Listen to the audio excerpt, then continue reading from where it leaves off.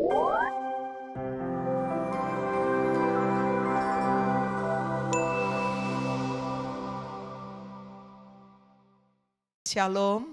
salam damai sejahtera di dalam kasih Tuhan Yesus Kristus. Kita mengalami, merasakan ada Tuhan di tempat ini. Kita menghormati dan kalau Dia hadir saudara, Dia pasti berbicara bagi kita semua. Amin. Bulan September ini adalah bulan keluarga. Indah sekali Bapak Ibu Saudara sekalian. Semua manusia hidup hanya sekali saja di dunia ini. Dan kebahagiaan terbesar seharusnya saudara kita alami adalah di tengah-tengah keluarga. Iblis tahu itu saudara. Itu sebabnya dia berusaha dengan segala macam cara. Ingin merusak, ingin menghancurkan kehidupan anak-anak muda. Supaya mereka kelak tidak memiliki keluarga yang baik. Tidak memiliki keluarga yang berbahagia. Demikian juga mereka yang sudah berkeluarga. Kalau bisa digoda, dijatuhkan, saudara, kedagingan itu boleh betul-betul dikeluarkan sehingga apa yang kita bisa lihat keluarga-keluarga begitu banyak yang hancur. Karena keegoisan, tidak ada yang mau mengalah, tidak ada saudara yang mau memulai dulu saudara untuk bisa berdamai. Hari ini Bapak Ibu Saudara saya ingin berbicara dengan satu tema, The Secrets of Happy Family. Minggu lalu saya menyampaikan saudara bagian pertama, tidak ada sambungannya sih ya. Tetapi tidak ada salahnya kalau Bapak Ibu ingin tahu, saya selama 1 bulan ini akan menyampaikan khotbah saudara dengan The Secrets of Happy Family. Ada 1, ada 2 dan sebagainya ya. Tapi minggu depan saya dan Bapak ada di Singapura sudah melayani. Kalau ada Bapak Ibu yang mungkin bertepatan ada di sana atau ada keluarga, boleh juga saudara diberitahu. Saya di Singapura melayani di Hyatt ya di sana, sehingga Bapak Ibu juga siapa tahu ada yang pas ada di sana bisa juga menerima firman. Tetapi saudara dengan tema All About Family akan disampaikan pada bulan ini juga oleh hamba-hamba Tuhan yang lain. Nah hari ini sudah kita akan melihat bagaimana Alkitab, hanya Alkitab saudara yang adalah kebenaran firman Tuhan. Memberikan rahasia hidup berbahagia di dunia ini tetapi juga hidup kekal di surga. Bukankah ini satu hal yang sangat sempurna? Ada banyak orang saudara mungkin bukan Kristen. Hidupnya bisa lebih bahagia loh daripada yang Kristen. Betul tidak saudara? Karena mereka menerapkan prinsip-prinsip yang ada di dalam Alkitab. Tetapi sayang sekali saudara, jika mereka dalam hidup ini tidak memiliki juru selamat, maka Bapak Ibu Saudara sekalian, kebahagiaan hanya ada di dunia ini. Tetapi bagi kita yang mempercayai Yesus Kristus sebagai juru selamat, menebus hidup kita, Dia yang menciptakan keluarga, Dia pasti ingin kita memiliki keluarga yang berbahagia. Amin. Dan ketika kita meninggalkan dunia ini pun Dia ingin kita masuk ke rumahnya yang sudah disiapkan di dalam surga. Hari ini saya ingin menyampaikan ada 2 rahasia. Untuk kita boleh sungguh menikmati dan mengalami keluarga yang berbahagia. Yang pertama adalah dengan memahami dan menerima perbedaan kepribadian yang ada. Bapak Ibu Saudara sekalian, setiap kita dilahirkan dengan berbagai-bagai kepribadian. Paling tidak saudara ada 4 temperamen dasar ya dari sejak lahir. Itu saudara dari genetik ya, mungkin dari papa, dari mama, dari kakek neneknya papa, dari kakek neneknya mama ya. Ada anak-anak yang enggak persis kayak papanya, mamanya, mungkin kayak engkongnya sudah ya, mungkin kayak emaknya. Nah, kalau saudara lihat di gambar ini menggambarkan secara sepintas. Ya, gambar yang paling kiri yang hijau itu ketawa terus. Nah, ini tipe sanguin saudara. Saudara bisa mengenali orang ini dari jauh juga udah ceria ya. Kalau pakai baju juga suka yang cerah-cerah, suka yang menonjol, suka jadi pusat perhatian. Nah kalau saudara lihat ya, lalu yang sebelah kanannya merah, waduh kayaknya jutek terus ya. Ini orang kolerik, ini sudah orangnya keras, kuat. Biasanya pemimpin ini kayak begini ya. Nah yang di bawah ini melankolis. Saudara lihat ya, mulutnya aja ke bawah, kelihatannya gloomy, sedih terus. Orang melankolis saudara ya, biar lagi happy juga nggak bisa hahaha, nggak bisa itu ya. Feeling blue terus. Tapi orang melankolis ini sangat berbakat. Banyak artis, banyak pelukis, banyak komposer. Ini melankolis. Nah saudara, yang paling kanan ini ya, ini orang yang paling cinta damai. Flekmatis, cuek saudara ya. Nah semuanya itu memang saudara dari lahir. Temperamen itu ada di dalam diri kita. Nah kalau saudara tidak memahami, maka kita bisa sebel terus saudara sama pasangan kita. Coba kita mulai yang pertama, saya mulai dengan yang melankolis. Melankolis ini sensitif ya, jadi sudah sangat sensitif. Orangnya kelebihannya apa? Analitis, analytical. Biasanya saudara accountant, saudara mau kalau cari orang pembukuan, ciami, hitung-hitungannya. Nih cari orang melankolis ya, ngejelimet orangnya detail, penuh pikiran, serius, orientasinya pada jadwal, tertib, teratur, tekun, rada medit saudara, hemat karena penuh perhitungan. Kalau mau pergi-pergi dia harus persiapan. Nah ini saudara, dia nggak bisa diajak dadakan. Wah ya, ini tipe melankolis. Orangnya artistik, musikal dan sangat kreatif. Jadi bapak-bapak kalau punya istri orang melankolis bisa dipastikan ya, rapi saudara, rumahnya itu tertata luar biasa. Sensitif, orangnya itu mau mengorbankan diri, idealisnya tinggi banget. Perfeksionis, wah semuanya mau ada pada tempatnya. Nah kalau bapak-bapak tipe melankolis, ini saudara kalau pergi-pergi nggak usah diaturin kopernya oleh istrinya, dia atur sendiri. Wah enak sekali ya, semua teratur. Kadang-kadang istrinya pun harus diatur, cara pakaiannya, model rambutnya ya, karena dia perfect. Nah kalau dia berteman hati-hati, teman orang melankolis ini tidak banyak. Karena dia takut terluka dalam hidup ini saudara. Dia sulit bersosialisasi. Orangnya setia, mengabdi, loyal, penuh perhatian. Jadi saudara tipe ini sedapat mungkin gak mau menyakiti. Jadi kalau dia disakiti, waduh sakitnya tuh di sini ya. Nah, melihat masalah itu dari sisi negatif.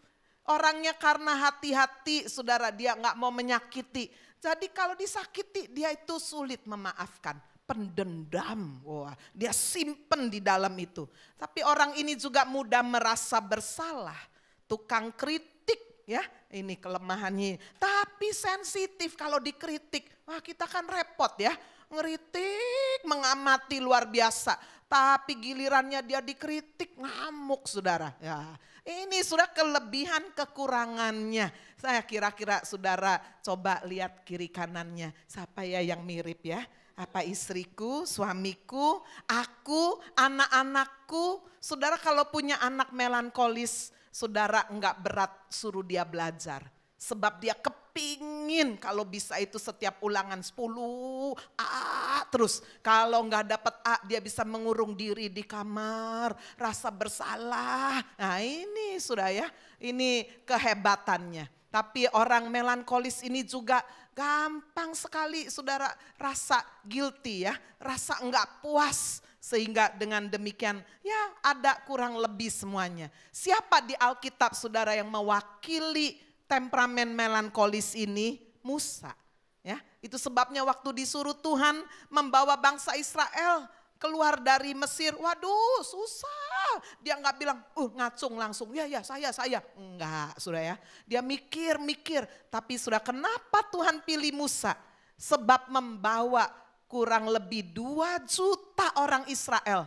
Saudara, kalau enggak pakai tipe seperti Musa yang detail, ya, yang merancang, mempersiapkan, kreatif dan sebagainya, wah sulit sekali, ya. Itu sebabnya kita melihat bagaimana Tuhan juga memakai seseorang sesuai dengan pekerjaan, tugas, pelayanan yang dipersiapkan, itu juga memperhatikan temperamen. Yang kedua, Saudara, ya, itulah tipe temperamen flegmatis. Cinta damai. Orang kayak gini pasti ketahuan kalau ke gereja maunya duduknya di belakang, Saudara, ya. Dia nggak mau di depan, nggak mau. Dia nggak mau menonjol. Orang itu cinta damai, baik hati, tenang, sabar, rendah hati, kalem, Saudara. Menyenangkan kalau diajak ngobrol. Dia pendengar yang baik, orang lain ngomong terus, oh dia ketawa aja, ya. Tidak suka konflik, nggak suka ribut, mudah sekali memaafkan. Tipe flegmatis ini nggak pendendam. Jadi jarang, Saudara, rumah sakit jiwa ini dipenuhi flegmatis, jarang, ya. Waduh, Saudara, dia pemaaf luar biasa. Kalau ada yang gegeran, dialah penengah masalah yang baik. Orangnya kuat di bidang organisasi. Tetapi kelemahannya ada, dia cuek, Saudara, ya. Suruh maju itu susah banget, susah. Kalau bisa jangan saya, kalau bisa jangan saya, gitu, ya. Orangnya agak males, Saudara, ya, karena cuek. Tidak ambisius, orang flegmatis. Kamu mau nomor 1? Silakan, aku enggak apa-apa di belakang juga. Saudara pernah mendengar cerita bagaimana seorang anak ditanya sama ibunya, kamu nanti cita-citanya apa? Aku cita-citanya jadi orang yang bertepuk tangan di pinggir jalan. Loh, ya apa sih? Iya, biar yang lain-lain tuh yang juara-juara itu ya jalan. Aku sing nepuki tangan, ya, nepuki mereka. Ini pasti flegmatis ini, Saudara, ya. Teman-temannya juara, dia seneng, dia happy. Dia nggak juara, rapopo. Ya, tapi soal kekurangannya apa? Karena enggak ambisius. Jadi kalau ulangan dapat C juga, ciami lah malah, ciami udahlah. Biarin kakak api, aku enggak apa-apa. Kalau syukur-syukur dia usaha B, oh kau udah baik Toma, enggak apa-apa lah, enggak apa-apa. Aku enggak usah nomor 1, enggak apa-apa, enggak mau menonjol. Tapi kelemahannya dia suka menunda, mengambil keputusan. Nah, dalam Alkitab, Saudara, tipe ini Abraham. Itu sebabnya sudah mengerti waktu Abraham disuruh sama Hagar, disuruh sama istrinya, sana tidur sama Hagar. Oh gitu tak? Enggak apa-apa, aku tidur sama Hagar juga. Kan permintaanmu toh? Nah, cuek, Saudara. Orangnya itu sangat pemaaf. Itu sebabnya kita mengerti pada saat, Saudara, gembala-gembalanya Abraham dan Lot itu gegeran, dia bilang apa? Janganlah kiranya ada pertengkaran di antara kami. Hebat tuh, orang flegmatis itu gak mau gegeran. Saudara kalau punya suami flegmatis, cuek tapi orangnya baik. Betul gak? Gak ada dendam. Enggak ada dusta di antara kita. Waduh, ya. Ya, Saudara kalau punya istri tipe ini juga bisa salah sangka, ya. Dikirainnya itu cuek, kamu acu tak acu. Modelnya gitu tuh, Saudara, ya. Dimarahi ya cengar, cengir aja ya. Kamu lu enggak sakit hati. Alah, masuk telinga kanan, keluar telinga kiri, ya. Orang ini cinta damai. Tapi kalau dunia isinya orang flegmatis semua enggak maju, Saudara, ya. Sebab dia nggak mau nomor 1 tuh, dia nggak mau perfeksionis. Udahlah, dapat 7 nggak apa-apa lah, ya. Nggak selesai sekolah ya nggak apa-apa toh, gitu. Yang penting aku bisa kerjakan. Nah ini flegmatis. Itu sebabnya kita bisa lihat Abraham begitu mengalah, ya. Dia bisa ngomong sama Lot gini, ya udah Lot keponakanku, kalau kamu mau yang kanan ambil enggak apa-apa. Om yang kiri, itu kalau orang kolerik, goblok minta ampun kamu ini ya. Ya. Tapi itu memang, Saudara, temperamen. Jadi kalau istri-istri punya suami tipe flegmatis, Saudara harus menerima bahwa dia itu orangnya tidak ambisius. Senang di rumah, senang damai, ya. Dia enggak berambisi kaya, enggak. Buat apa sih kaya-kaya? Wong mati juga enggak dibawa gitu loh. Nah ini repot, kalau istrinya kolerik, what? Waduh, sudah gegeran, dimarahi terus suaminya ini. Tapi suaminya cengar-cengir, sudah apa-apalah. Anggap aku punya radio satu ini loh, baterainya ndak ente ini ya. Jadi saudara, ya memang semua itu ya ada plus ada min. Sekarang kita lihat tipe yang ketiga, sanguinis. Wow. Ini superstar, wah ya suka ngomong, kalau nggak di stop ngomong terus, baru ketemu aja udah kayak ketemu 10 tahun saudara ya. Dia menguasai pembicaraan, dominan, suka menonjol. Wah kalau di pesta ada orang sanguin pasti ketahuan. Saudara kalau pergi sama dia, tur atau dengan orang sanguin, saudara diam aja, diam, jemplak terus ngomong sepanjang jalan. Kalau dia diam tandanya dia tidur saudara ya. Nah orangnya optimis, wah selalu optimis, positif, humoris, ekspresif. Wah ya luar biasa, antusias, mudah bergaul, temennya banyak, saking banyaknya dia lupa, yang mana ya koncoku ya, banyak sekali. Emosinya cepat berubah, orangnya spontan sekali ya. Orangnya pun mudah memaafkan. Tapi kelemahannya apa saudara? Sulit konsentrasi. Janji-janji, tinggal janji. Nah ini saudara ya, suami saudara kalau sanguin cocok dinyanyiin gini. Bulan madu hanya mimpi ya. Janji ya, nanti tahun depan ya kita ke Eropa. Ke Paris, wis tahun depan, wis lama sini aja. Indonesia katanya sekarang itu bagus. Wah ya, itu sudah janji gampang sekali. Dia suka menunda juga saudara ya, suka telat kalau datang ya. Ya, wih telat meneh. Dan orangnya boros, hobinya beli. Habis itu disimpan, lupa saudara, beli lagi nanti. Nah, jadi kalau pasangan hidup itu mengenal sanguin, orang sanguin itu kelihatan sekali di mana-mana. Dia nggak mau pakai abu-abu, hitam. Waduh, itu bukan warna favorit. Kalau bisa itu oranye, merah, pink. Ya, bapak-bapak juga. Waduh, kalau pilih itu pokoknya, wah yang jreng. Nah, ini suka menonjol.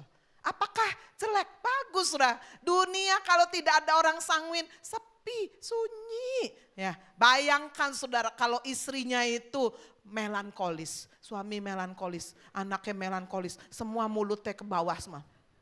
Waduh, saudara ya, benar-benar rumah itu kayak bukan rumah pesta, ya. Karena apa, saudara? Sunyi, sepi. Nah, saudara sekalian, siapa yang mewakili dalam Alkitab tipe sanguin ini? Siapa kira-kira? Simon Petrus, ya. Dia bilang apa? Tuhan, kalau itu Tuhan suruh aku jalan di atas air. Dia enggak mikir bahwa air itu bukan aspal, bukan tanah. Nggak mikir, pokoknya jeplak dulu ngomong baru mikir. Nah itu tipe orang sanguin, bicara baru mikir, berbuat baru mikir. Banyak salahnya ditegur ya dia enggak marah. Oh ya salah, sorry ya.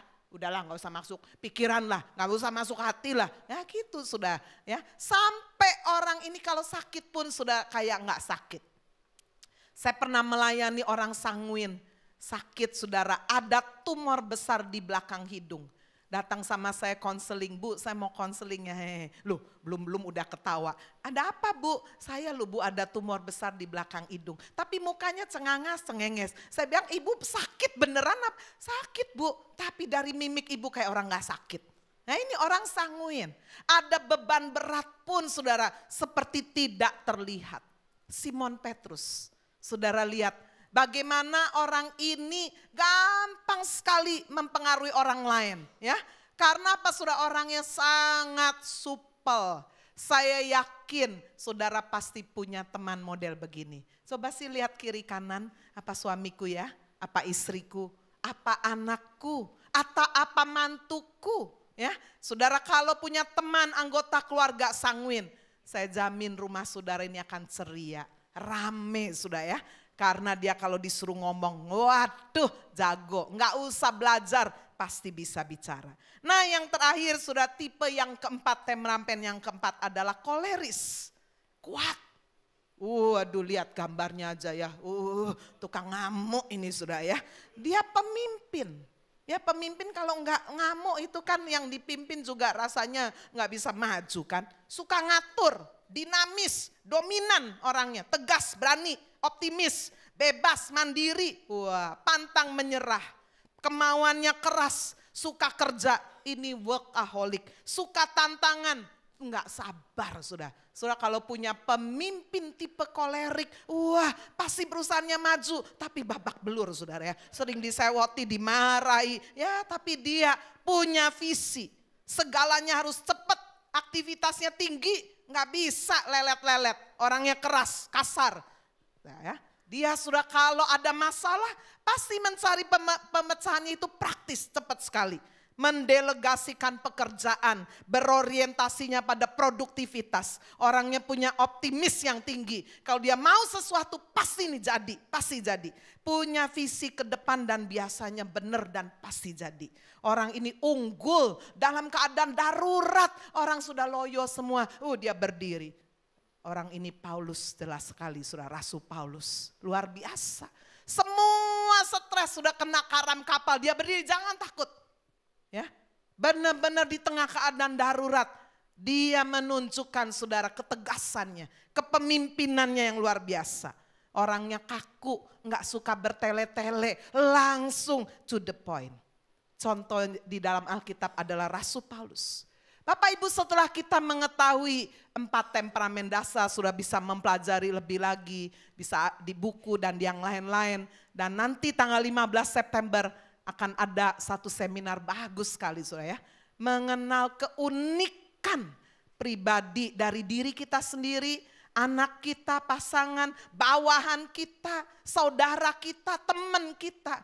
Ya, nanti disampaikan oleh Pak Iwan ini, dia master konseling tapi juga dapat lisensi konseling dari Colorado Amerika. Beda dengan apa yang saya sampaikan, dia akan melengkapi banyak sekali. Ada tesnya di bukunya, pasti bagus ya. Nah sekarang saudara, bagaimana setelah kita mengetahui temperamen yang berbeda-beda supaya kita bahagia, maka kita harus menerima dan memaklumi perbedaan yang ada.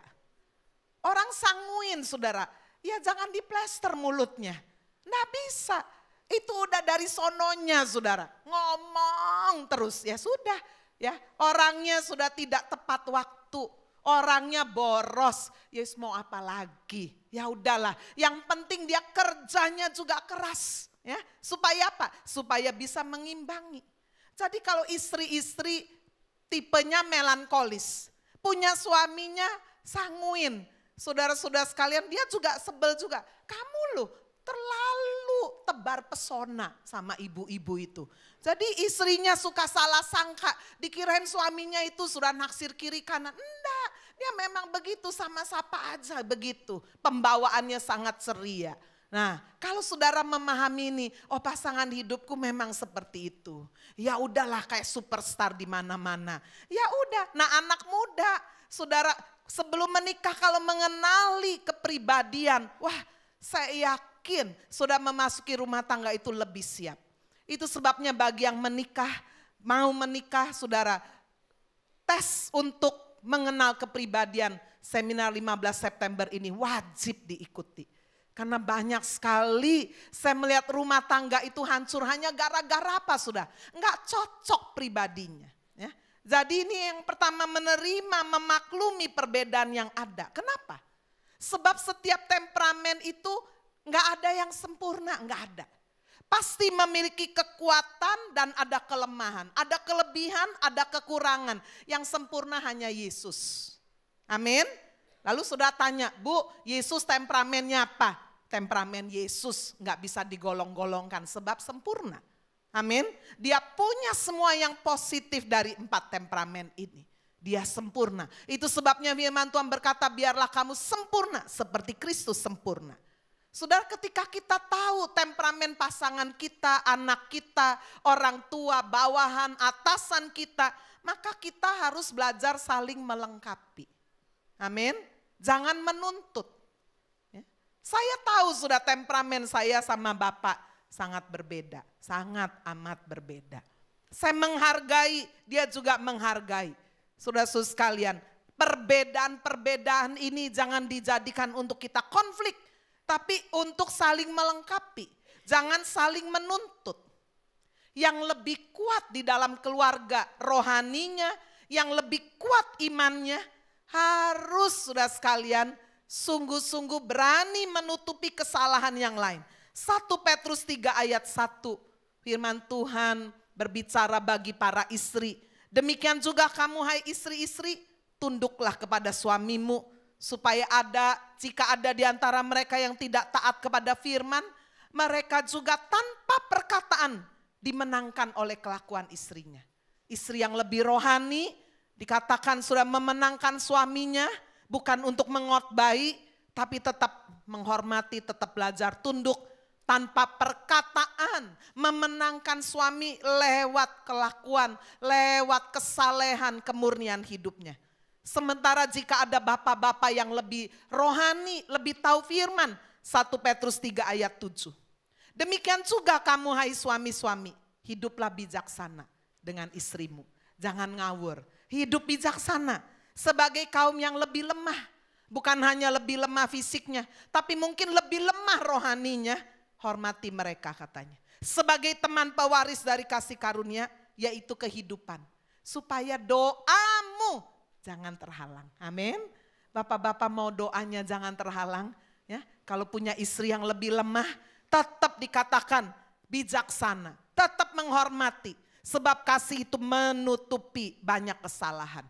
Tadi di lensa firman yang saya sampaikan, saya menceritakan, menyinggung saudara mengenai Abigail. Seorang istri yang lembut, seorang istri yang baik hati, cantik, bijak.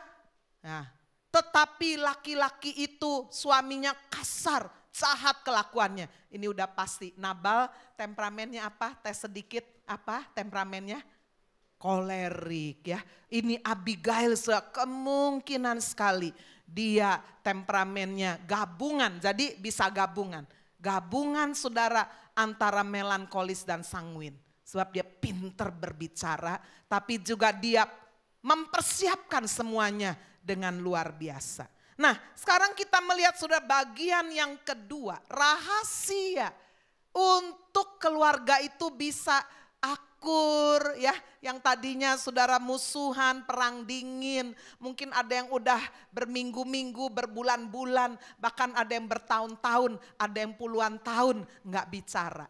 Ya, saya baca saudara di cerita YouTube itu ada suami istri Jepang loh, puluhan tahun satu rumah bisa nggak bicara. Luar biasa sudah, nggak ada masalah perjinahan, nggak ada masalah apa, ya itu cuma nggak seneng aja, nggak cocok pribadinya, sampai diem-dieman. Lalu bagaimana sudah sampai anaknya udah besar-besar loh, ya paling ngomongnya Pak, yuk makan, duit, gitu aja nggak pernah ada komunikasi. Ya rumah tangga begini jelas nggak pernah ribut, tapi apa yang kayak begitu yang sudah mau inginkan? Bu, saya mah nggak pernah ribut. Ya tapi nggak pernah ngomong juga. Itu namanya gencatan senjata, saudara. Ya, itu namanya perang dingin. Ya, tidak ada bicara. Satu di atas tidurnya, satu di bawah. Ketemu ya nggak pakai senyum. Wah ya. Jadi sudah bagaimana dua anaknya yang udah besar mendamaikan papa mamanya. Mereka punya ide. Saudara, mereka melaporkan papa mamanya ini ke stasiun TV yang punya acara itu loh saudara ya. Acara temu bintang atau apa itu. Dilaporkan, ini loh aku punya papa mama loh. Wis gak ngomong puluhan tahun sampai kita gede-gede kayak begini. Kita berkeluarga, nggak ngomong. Waduh ya, jadi minta stasiun TV-nya undang mereka sudah. Mereka kaget juga diundang stasiun TV, nggak tahu mau diapain.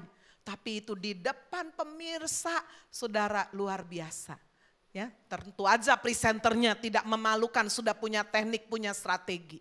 Untuk pertama kalinya, suami istri yang udah jadi tua tidak bicara berkomunikasi selama puluhan tahun. Ya, melalui acara itu saudara, mereka akhirnya berbicara, menangis, saling minta maaf, berpelukan.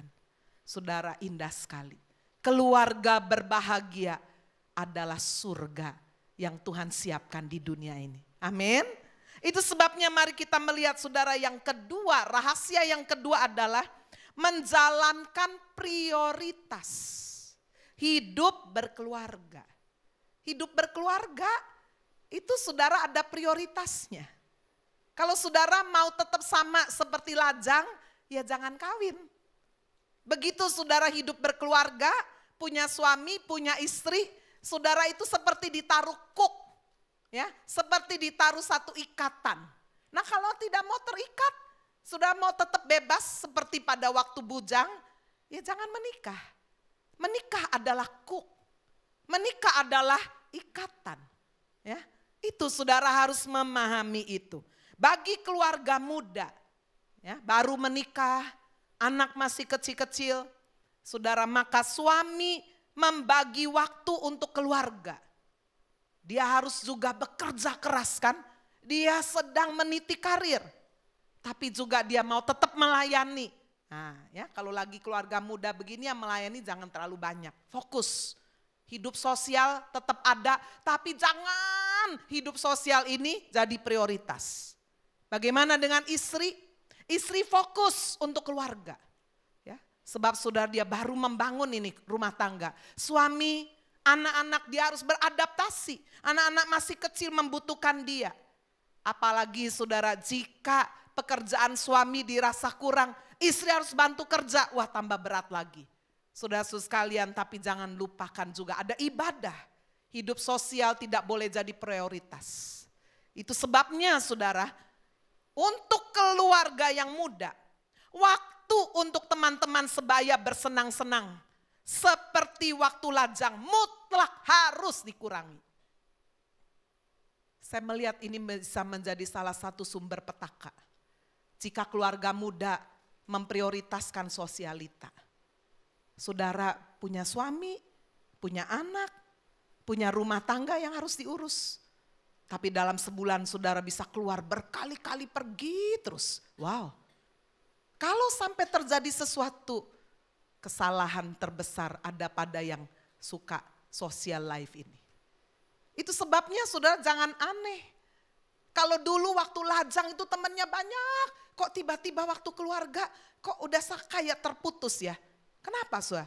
Karena sedang fokus, sedang prioritas. Saudara-saudara sekalian, semua itu ada season, ada waktu. Ya. Tetapi saudara jangan lupa, jangan sampai juga terbenam di dalam kesibukan rumah terus, sampai enggak ibadah, pelayanan dibuang semua. Ya jangan, nanti mundur juga rohani. Kalau mundur rohani akhirnya gampang marah, gampang gegeran. Itu sebabnya dia harus memiliki komunitas rohani. Dengan keluarga-keluarga muda, boleh juga dengan keluarga-keluarga tua boleh ya, supaya ambil pengalamannya ya. Tapi jangan yang lajang-lajang. Repot benar saudara. Kalau sudah keluarga temennya sama yang lajang, saudara ya ikut kalau dia kan free time. Saudara kan tidak free. Ya bolehlah, saya tidak bilang oh putus sama sekali, tidak. Tapi dikurangi. Fokuslah pada aspek rohani pendidikan anak. Sebab ini adalah golden age, anak-anak saudara di bawah usia 6 tahun. Waduh, kalau saudara tidak benar-benar openi, aduh saudara akan menyesal di kemudian hari. Saudara bisa lihat nanti di Mazmur 128. Bagaimana dikatakan laki-laki yang takut akan Tuhan itu berbahagia. Dia akan bekerja, jerih payah tanganmu dikatakan akan dibuat Tuhan berhasil. Berbahagialah engkau, keadaanmu baik, istrinya jadi seperti pohon anggur yang subur. Artinya apa? Happy sudah ya. Subur juga bicara ada perubahan bentuk tubuh juga ya. Yang tadinya kurus. Kemarin sudah makan siang, saya ketemu sama jemaat, saya nggak nyapa. Saya nggak kenal. Sampai dia bilang, Bu Agnes, saya anu. Dia, hah? Oh sorry ya, iya Bu, saya bengkak ya katanya. Ya. Waduh, saudara, memang itu sudah resiko juga ya. Istri seperti pohon anggur yang subur dalam rumahmu, anak-anaknya seperti tunas pohon zaitun sekeliling mejamu. Menanam pohon zaitun, saudara, di Israel itu benar-benar adalah menanam pohon seumur hidup. Hanya pohon zaitun yang buahnya itu bisa ribuan tahun tetap ada. Saudara, para orang tua, ini janji Tuhan. Saudara membesarkan anak-anak itu takut Tuhan, saudara nggak akan menyesal. Anak saudara akan berbuah, Anak saudara akan punya anak, berarti saudara akan punya cucu kan? Cucu saudara akan punya anak, berarti saudara punya cicit. Berbuah kayak pohon zaitun dan berhasil. Ini janji Tuhan. Gambaran pemazmur ini luar biasa indah, dalam sekali. Sesungguhnya diberkati orang laki-laki yang takut akan Tuhan. Kiranya Tuhan memberkati dari Sion, supaya engkau melihat kebahagiaan Yerusalem seumur hidupmu. Dan melihat anak-anak dari anak-anakmu. Ya, lihat cucunya, lihat generasi selanjutnya itu bahagia. Dan Tuhan menjanjikan saudara, di dalam Mazmur 127. Jika kita mendidik anak dengan benar dikatakan seperti anak panah di tangan pahlawan. Anak-anak yang masih kecil itu seperti anak panah. Keberhasilan atau kehancuran hidup sangat tergantung daripada orang tua. Apakah orang tuanya mengarahkan sang anak panah dengan benar? Pemazmur menggambarkan orang tua seharusnya seperti pahlawan. Dikatakan anak-anak panah itu di tangan pahlawan. Demikianlah anak-anak pada masa muda. Berbahagialah orang yang telah membuat penuh tabung panahnya itu. Penuh ya. Sudah dikatakan dengan semuanya. Kedepannya dia tidak akan malu apabila dia berbicara dengan musuh-musuh. Orang-orang yang mungkin sudah gak senang sama kita tapi lihat, wah keluarganya jadi semua anak-anaknya luar biasa. Tidak akan malu kata firman Tuhan. Sekarang kita lihat sudah dengan cepat yang kedua. Bagaimana keluarga dengan anak yang menginjak dewasa. Komunikasi dengan anak pada waktu anak pubertas menginjak dewasa. Kemarin saya memimpin seminar Sex Education for Children bersama Dr. Jimmy. Seharusnya semua orang tua sudah yang punya anak kelas 4 ya mulai itu harus ikut. Ya semoga nanti bisa diadakan lagi. Orang tua sudah dikatakan di sini komunikasi dengan anak yang sudah menginjak dewasa sangat diperlukan. Sehingga anak ini memiliki orang tua yang tidak cuma perintah makan, tidur, enggak. Tapi udah jadi sahabat, sahabat yang baik, enak diajak bicara. Anak bisa rundingan, dia bisa cerita sesuatu, tidak diputus-putus sama orang tuanya, tapi seperti sahabat, ya, kasih pandangan, kasih masukan. Orang tua yang sibuk kerja dengan urusannya sendiri, ya, sibuk kerja, istrinya sibuk juga social life terus. Jadi anak-anaknya memang besar kayaknya nggak kurang apa-apa, sekolah, les dan sebagainya, tetapi hati-hati. Sudah kalau orang tua seperti ini yang tidak punya komunikasi yang bagus dengan anak-anak menginjak dewasa. Mereka akan rentan. Rentan itu artinya apa sudah? Gampang sekali lemah ya. Memiliki anak yang saya kasih sampai tanda kutip liar. Liar itu di dalam sudah kayaknya alim, ya ma, ya pa. Di luar, jangan tanya. Pergaulannya bebas, pacaran ganti-ganti di usia muda. Survei saya saudara yang kasaran aja ya. Saya melihat kalau anak-anak remaja, anak muda ini. Dia punya hubungan yang baik sama papa mamanya, komunikasinya itu jalan. Anaknya usia remaja 14, 15, 16, 17, 18. Biasanya belum mau pacaran. Ya, karena apa? Dia merasa bahwa itu belum dia butuhkan. Walaupun banyak yang naksir. Tapi kalau saudara tidak punya komunikasi. Anak remaja cari figur, papanya sibuk sendiri, akhirnya dia cari figur laki. Ya, saudara yang laki, waduh mamaku semuanya pak sibuk, ya dia cari juga.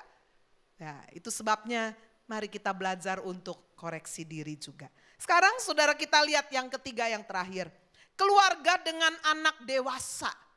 Sudah siap menikah, bahkan sudah ada yang menikah, udah punya cucu. Saudara kalau saudara sedang masuk dalam tahap ini. Orang tua harus banyak berdoa. Bagi masa depan anak, ya. Kalau yang anaknya belum menikah, sudah banyak berdoa. Menentukan pasangan hidup supaya jangan salah. Jangan pakai mata, kaya ya, ganteng ya, ayu ya, seksi ya, itu pakai mata. Saudara harus menentukan itu pakai mata hati. Hanya bisa melalui doa.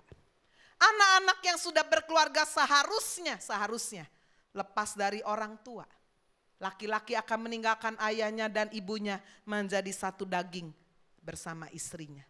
Keluarga baru seharusnya mandiri. Belajar dari jatuh bangun membangun keluarga. Kecuali sudah ini budaya Indonesia sulit sekali.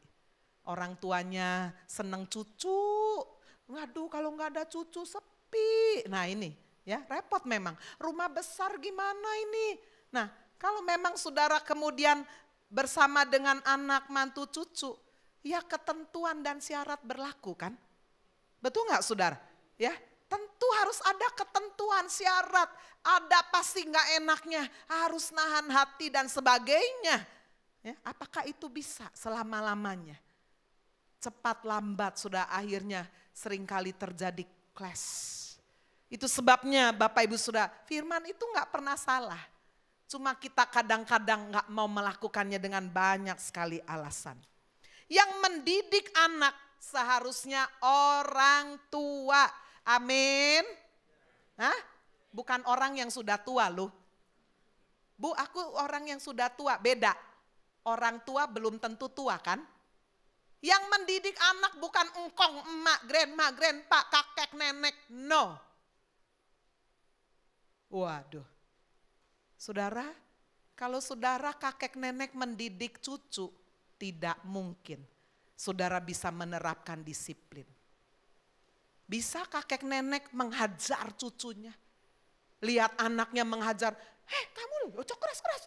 Oh gitu, padahal dulu juga dia tukang hajar anaknya. Tapi begitu jadi engkong, emak, gak bisa.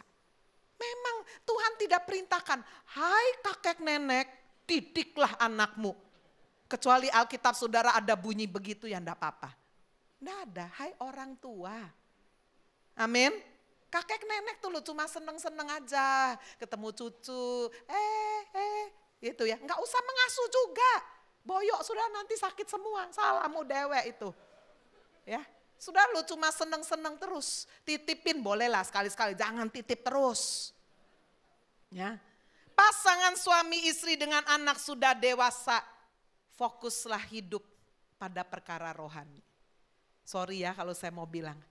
Kaki saudara yang sudah tua itu sudah lebih dekat loh sama rumah kekekalan masa depan. Betul nggak? Masa saudara masih mau fokus sama hal-hal dunia terus. Kerja terus. Orang kalau sudah di atas 50 kerja itu gampang stres. Betul nggak? Gampang stres. Dulu kuat. Wow, ada badai kuat. Kata Ibu Agnes aku kolerik kuat. Biar kolerik tapi kalau sudah 50, 60 sudah terus kerja, nggak kuat jantungnya. Semua ada season. Tapi juga jangan berhenti kerja, pikun nanti sudah. Kerja yang enteng-enteng aja. Ya, kerja udah bukan lah, waduh supaya kaya. Aduh udah kaya lah, udah kaya itu dengan keluarga, dengan semuanya yang Tuhan sudah berikan. Fokus hidup pada perkara rohani, menikmati hidup, jalan-jalan. Masa lu umur lakcap lu jaga toko terus sih? Ya bolehlah jaga toko tapi ya nggak bisa ninggal. Salah saudara. Ya, kalau saudara udah umur segitu menikmati hidup. Kapan aja bisa pergi. Duit itu jangan cuma dibilang gini, itu untuk anakku. Aduh, udah anak sudah punya sendiri. Saudara nikmati. Ke tempat yang saudara dari dulu kepingin pergi-pergilah. Ya, makan ya bolehlah. Apa aja makan, jangan banyak-banyak. Ya, itu aja. Kalau saya gitu sudah, Bu makan ada pantangan nggak ada, apa aja. Tapi yang bahaya-bahaya ya saya sudah kurangi. Ya, itu namanya tahu diri. Social life udah merupakan hal yang penting. Itu sebabnya saudara lihat ya orang sudah umur 45, 50, 60. Biasanya teman-teman lama masuk ke WhatsApp group kita di-invite. Teman SMA, SMP, teman kuliah, betul nggak? Yang dulu-dulu nggak ada, mereka lagi sibuk sama anaknya. Sekarang anaknya udah gede-gede, cari lagi teman yang lama. Boleh, tapi hati-hati. Jangan sampai cinta lama bersemi kembali. Waduh ya, bahaya. Hati-hati terus. Melayani Tuhan pakai saudara. Waktu saudara itu pakai melayani Tuhan sesama. Yang kaya tuh lu bikin kayak rumah jompo gitu ya. Sekarang namanya jangan rumah jompo lah, senior living. Yang bagus lah, bikinlah rumah yatim piatu, bikinlah sekolah, sumbanglah apa lu, punya tanah di mana-mana. Mbok Tuhan menggerakkan hati saya, untuk saya juga punya satu aset yang saya persembahkan kepada Tuhan. Melayani Tuhan dan sesama, meninggalkan warisan nilai hidup. Amin. Sudah tua lu, masa mau beli baju terus? Masa mau beli tas terus, beli sepatu terus? Ya wis, udah bukan zamannya toh. Tapi duitnya udah terlanjur banyak kan? Ya sudah, kita meninggalkan legacy nilai hidup. Semoga apa yang saya sampaikan pada pagi ini memberkati saudara. Amin. Tuhan Yesus memberkati.